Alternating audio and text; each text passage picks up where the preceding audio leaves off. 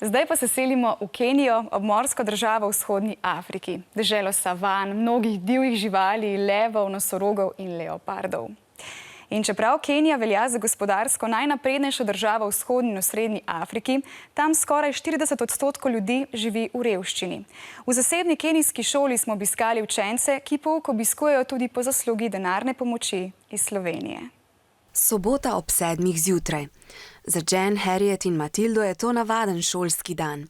Sede v klopeh v zvezke s pisali, ki so jih nakupili tudi s pomočjo šolarjev in dobrotnikov iz Slovenije, pišejo zapletene matematične enačbe. Which lesson in your school is the best for you?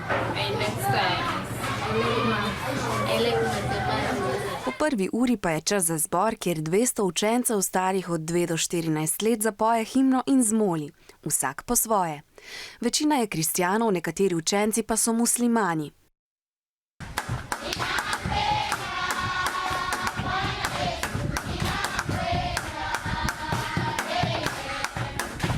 Za eno šolsko leto morajo starši plačati 150 evrov. Toliko denarja zelo težko zaslužijo, zato lahko šolo ponavadi obiskuje samo en otrok iz družine. Ta mora po šolanju poskrbeti za svoje družinske člane. Ker je šola zasebna, je pouk kakovostnejši kot v javnih šolah. V razredu je le 25 učencev, tako fantov kot deklet. Učna ura v tej kenijski šoli traja le 40 minut, pouk pa poteka do 5 popoldne. Enkrat na mesec učenci pišejo preizkus znanja iz 5 predmetov. Pisanje testov traja ves dan, na enem je kar 50 vprašanj. A učenci se ne pritožujejo. Dan v šoli je lep tudi zaradi kosila, ki je za mnogo učencev edini dnevni obrok. Ponavadi se na jedilniku znajde riž s fižolom ali sima, nekakšna polenta.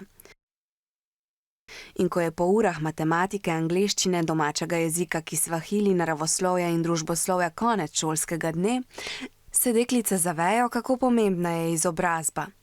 Želijo si postati zdravnice, učiteljice in popotnice in s tem pomagati svojim družinam in drugim ljudem.